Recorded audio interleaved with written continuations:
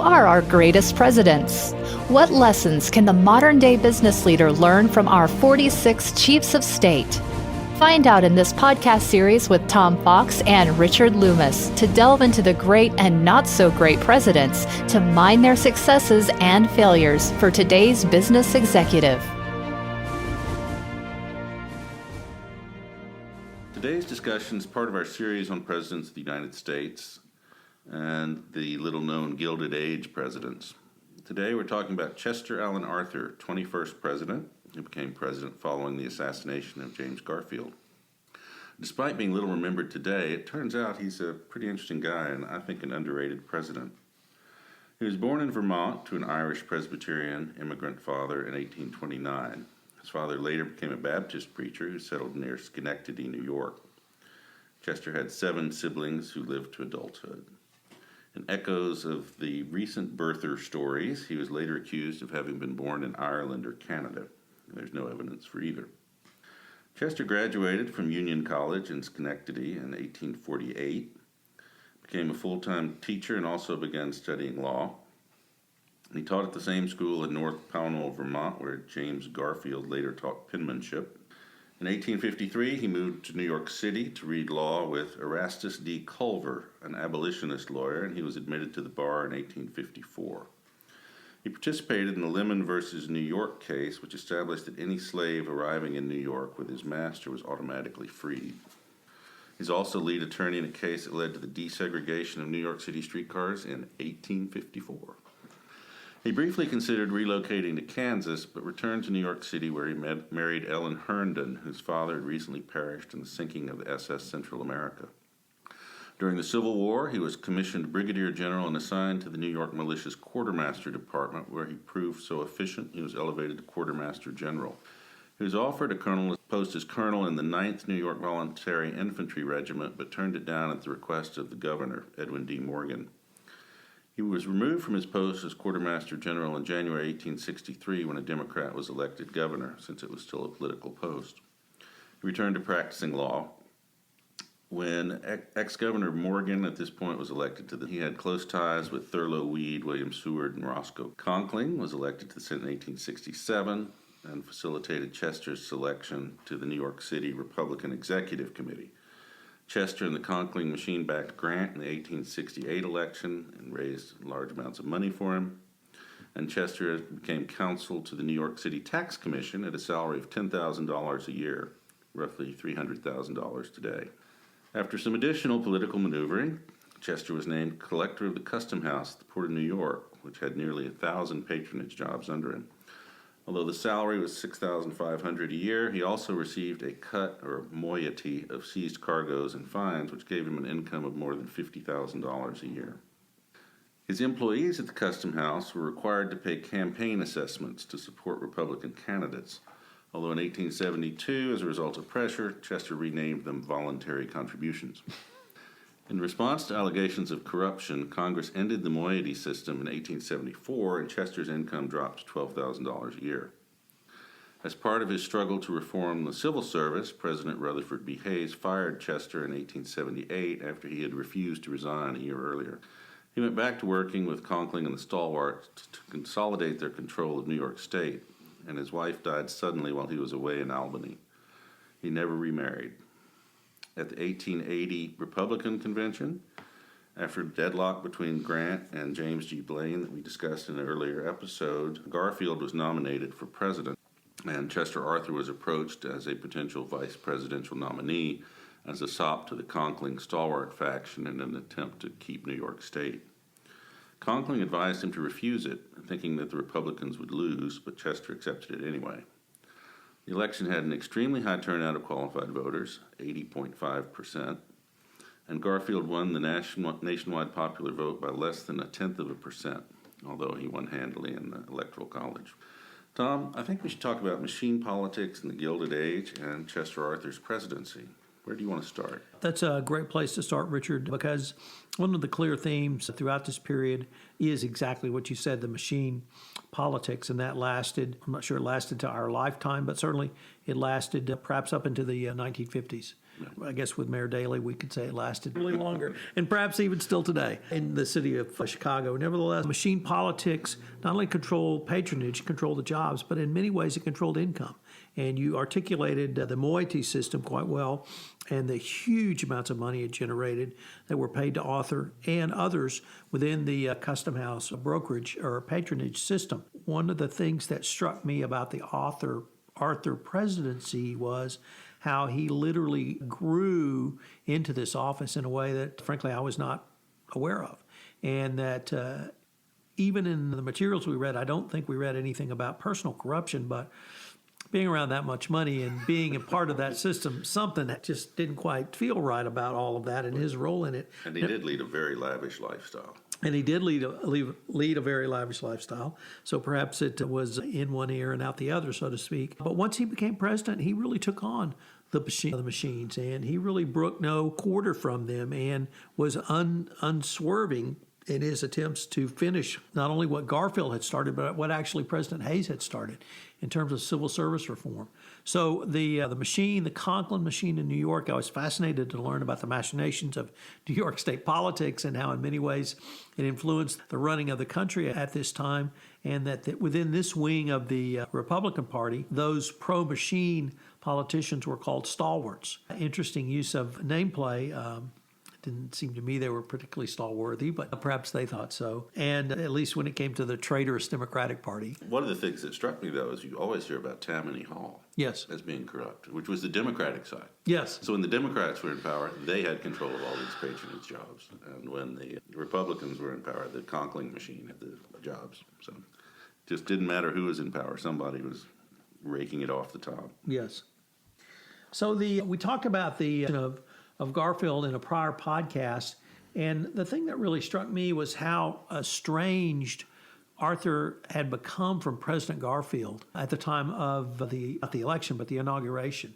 And part of it was what the commentators I read, I think charitably called an ill-considered speech. Yes. Where he acknowledged that perhaps in one state, I think Illinois, that there was, I know you'll be shocked to hear this, corruption, and I'm shocked that there was corruption in Illinois. Nevertheless, it was a Republican state, so calling out your own party for corruption was apparently an indelicate matter between president and vice president, and that because Arthur really was from the other side of the party, there was no natural constituency with Garfield and his team, and he really was estranged from the president. He was not with the president at the time he was shot. I don't think that was because of the estrangement. The Senate was in recess. As president of the Senate, he really had no work to do, so he was back in New York attending to, as you so delicately put it, local Democratic politics, machine politics for the Republican Party when he found out that Garfield had been shot. And he did have, I think, suspicions were thrown on him because when Charles Guiteau did shoot him, he is alleged to have proclaimed to outlookers, "I'm a stalwart and Arthur will be president." There was never any proof or any other evidence of a conspiracy. Nevertheless, it did taint his, I think, early days.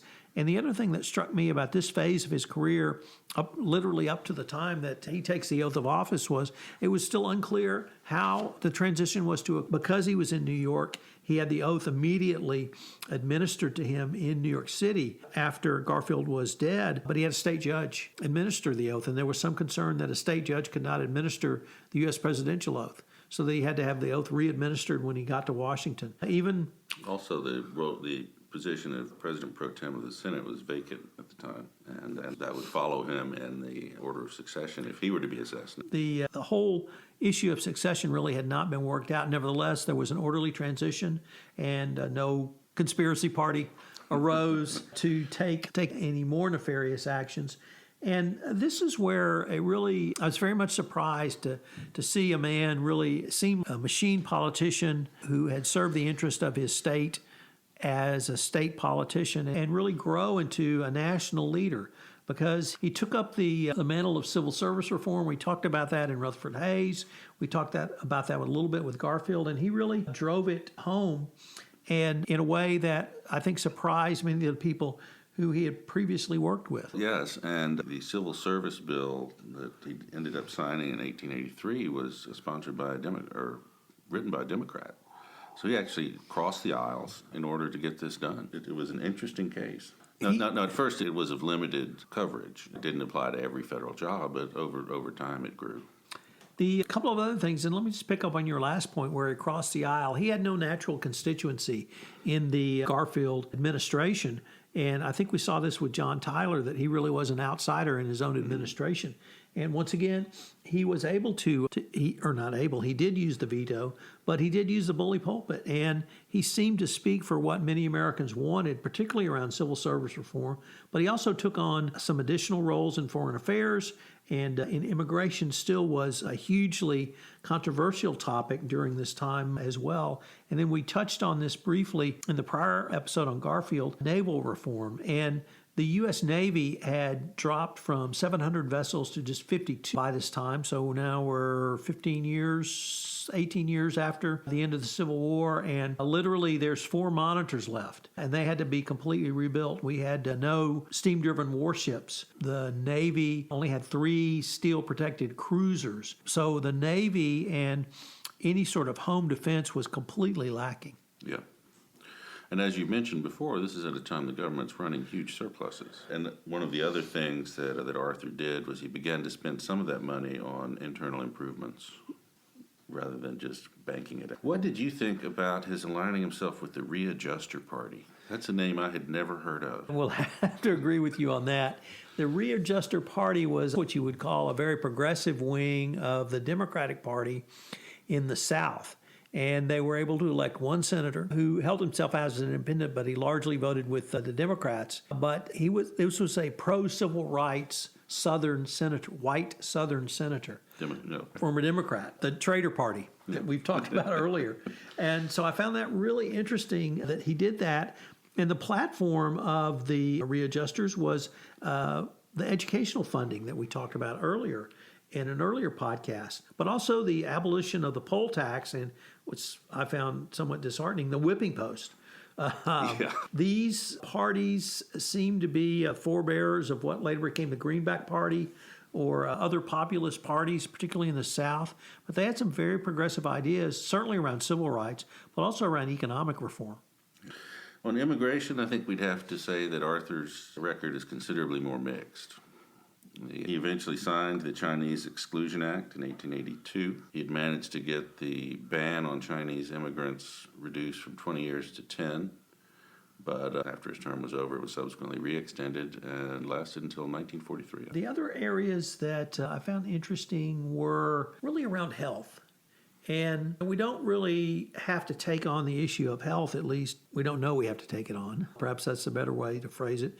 But a leader like Steve Jobs, I've often wondered, should there have been more information in terms of an 8K type event? If you have a CEO that is that dynamic and really is that the brand is associated with him personally, and he goes into a long-term health issue, as Steve Jobs did when he was treated for and died of cancer. Here, Arthur was diagnosed with something called Bright's disease, which was a kidney ailment, and he tried to keep it private, but his physical appearance changed as he got more ill. He became much thinner, more aged in appearance, and he struggled to keep pace with the presidency. One of the things that was noted about the Arthur presidency was how slowly it moved. And the question I would have is, did it move that way in large part because he moved slowly, because of these health issues? He tried to take extensive travel to help his condition, and I would have to say that was a bit of a mixed bag for him, but he died relatively shortly after his presidency ended. So I have to wonder how much that illness impacted him. We're going to get to Woodrow Wilson, and there we had a catastrophic medical issue, which basically ended his presidency some 18 months before he left office. But John Kennedy had health issues that have now come to the fore, and other presidents have had health issues. And so how much, we're going to talk about Grover Cleveland and a specific medical condition, if not a health issue. This was, I think, the first president that we had some pretty significant evidence of a health issue impacting his role as a president.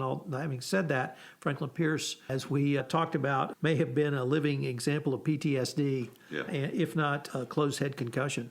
Yeah. One of the other leadership issues that we have not talked about was the role of a woman called Julia Sand, who... Yes. Shall we explore Miss Sand? I think so. She was apparently an invalid in New York City who took it upon herself to write letters to Arthur, encouraging him to basically listen to the better angels of his nature. And there's a considerable body of thought that thinks she was largely responsible for his change in position on the civil service.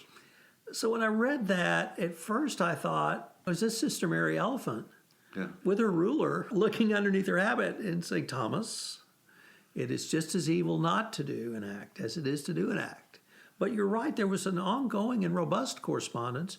And although, as I recall, Arthur either had or decreed that his personal papers would be burned at his death, before his death, he did not burn these letters, and they still exist, and we still know them.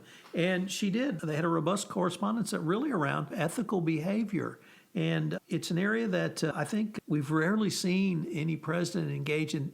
We've seen presidents have mentors or at least counselors, consiglieres perhaps.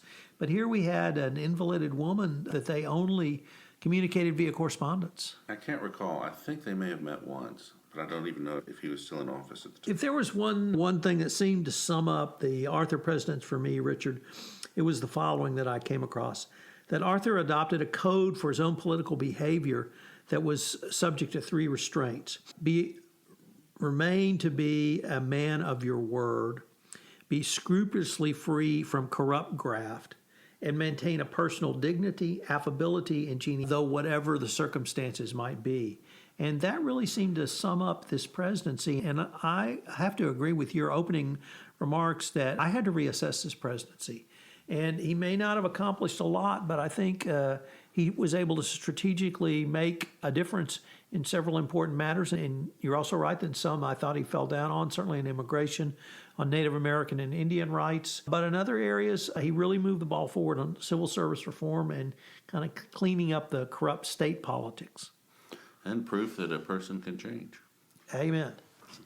This is Richard Lummis and Tom Fox. We hope you listen in for our next episode. Presidential Leadership Lessons was recently awarded by the Communicators as a podcast of distinction, and we're certainly thrilled to have won that award. Also, I would like to invite you to another podcast I recently concluded called Never the Same, which looks at business issues which have changed forever in the wake of the Russian invasion of Ukraine.